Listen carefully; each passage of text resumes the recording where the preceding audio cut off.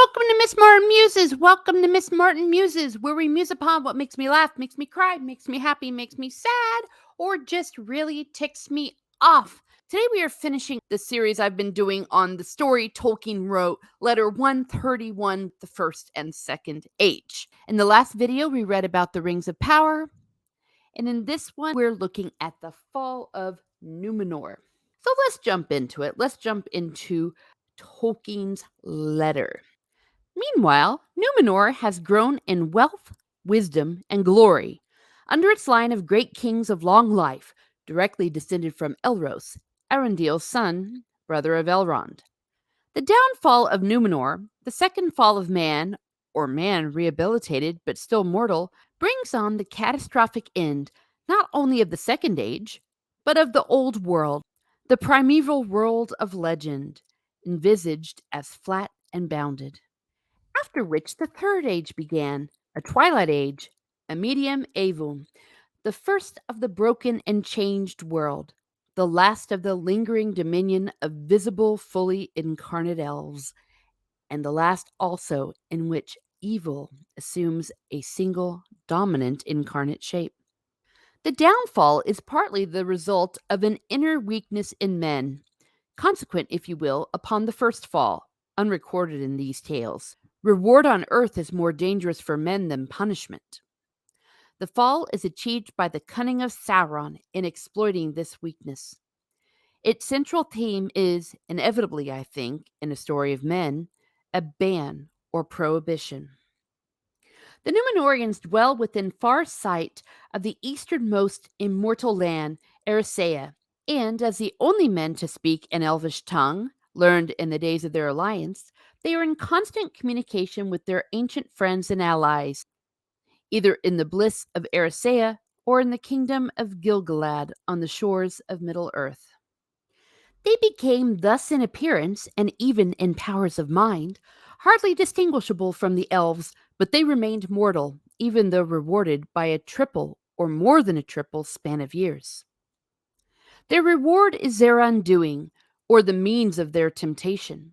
Their long life aids their achievements in art and wisdom, but breeds a possessive attitude to these things, and desire awakes for more time for their enjoyment.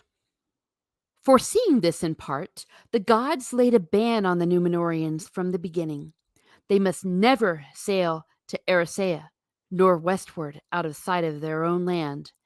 In all other directions they could go as they would. They must not set foot on immortal lands, and so become enamored of an immortality within the world, which was against their law, the special doom or gift of Ilúvatar, God, and which their nature could not, in fact, endure. There are three phases in their fall from grace. First, acquiescence, obedience that is free and willing, though without complete understanding. Then for long they obey unwillingly, murmuring more and more openly. Finally they rebel, and a rift appears between the king's men and rebels and the small minority of persecuted faithful.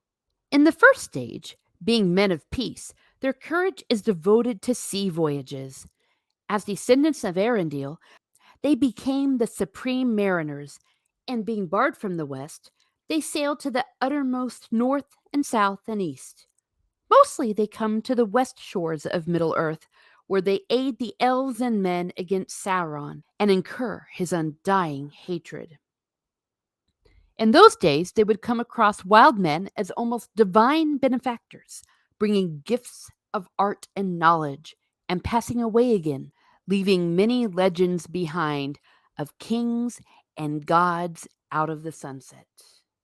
In the second stage, the days of pride and glory and grudging of the ban, they begin to seek wealth rather than bliss. The desire to escape death produced a cult of the dead, and they lavished wealth and art on tombs and memorials. They now made settlements on the west shores, but these became rather strongholds and factories of lords seeking wealth, and the Númenóreans became tax gatherers, carrying off over the sea ever more and more goods in their great ships. The Númenóreans began the forging of arms and engines. This phase ended, and the last began with the ascent of the throne by the 13th king of the line of Elros, Tarkalion the Golden, the most powerful and proud of all kings. When he learned that Sauron had taken the title of King of Kings and Lord of the World, he resolved to put down the pretender. He goes in strength and majesty to Middle-earth, and so vast is his armament, and so terrible are the Númenóreans in the day of their glory, that Sauron's servants will not face them. Sauron humbles himself, does homage to Tar-Calion, and is carried off to Númenor as hostage and prisoner. But there he swiftly rises by his cunning and knowledge from servant to chief counselor of the king, and seduces the king and most of the lords and people with his lies. He denies the existence of God, saying that the one is a mere invention of the jealous Valar of the West, the oracle of their own wishes. The chief of the gods is he that dwells in the void, who will conquer in the end, and in the void make endless realms for his servants. The ban is only a lying device of fear to restrain the kings of men from seizing everlasting life and rivaling the Valar. A new religion and worship of the dark, with its temple under Sauron, arises. The faithful are persecuted and sacrificed. The Númenóreans carry their evil also to Middle-earth, and there become cruel and wicked lords of necromancy, slaying and tormenting men. And the old legends are overlaid with dark tales of horror. This does not happen, however, in the Northwest. For thither, because of the elves, only the faithful who remain elf friends will come. The chief haven of the good Númenóreans is near the mouth of the great river Anduin. Thence, the still beneficent influence of Númenor spreads up the river and along the coast as far north as the realm of Gilgalad, as a common speech grows up. But at last, Sauron's plot comes to fulfillment. Tar-Calion feels old age and death approaching, and he listens to the last prompting of Sauron, and building the greatest of all armadas, he sets sail into the west, breaking the ban, and going up with war to wrest from the gods everlasting life within the circles of the world.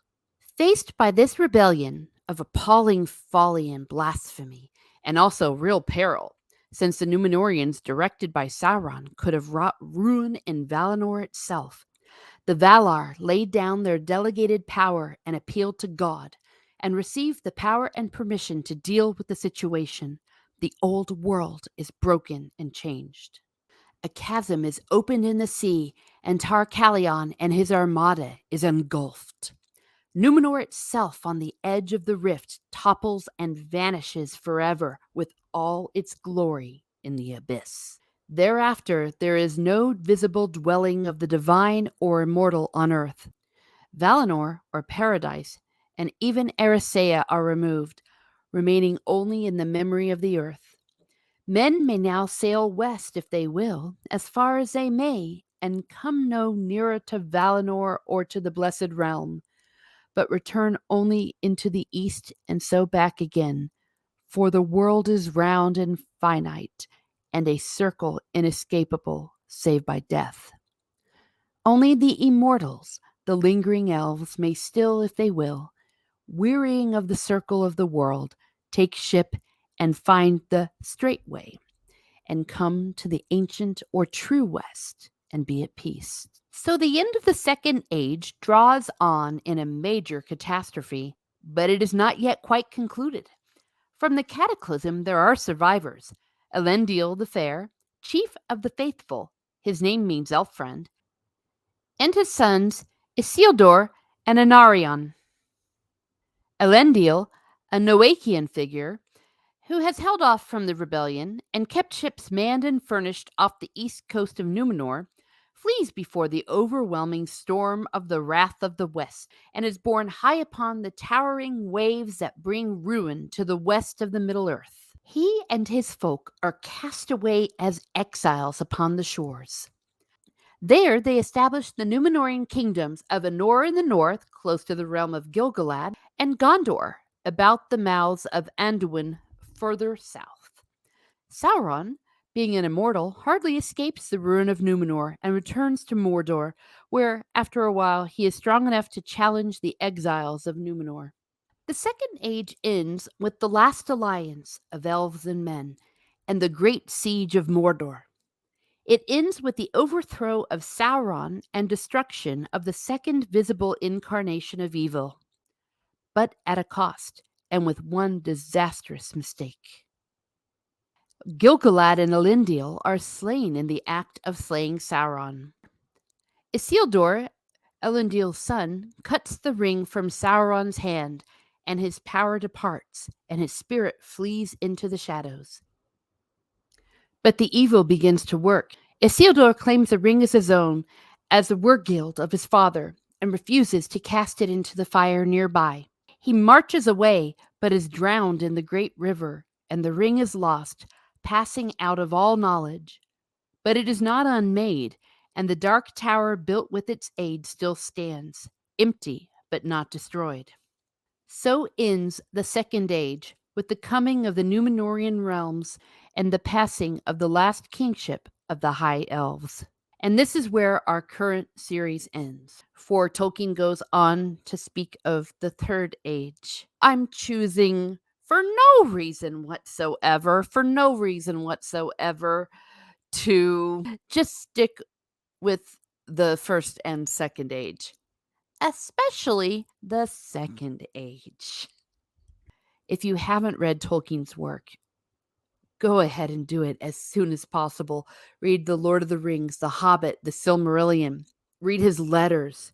Immerse yourself in his lore. This is a beautiful, beautiful mythology. Let me know in the comments what you think about Tolkien's version of his story. And please feel free to share your thoughts on the story Tolkien never wrote. Have a great day, everyone. Have a great day. And be certain to immerse yourself into the genius of J.R.R. Tolkien.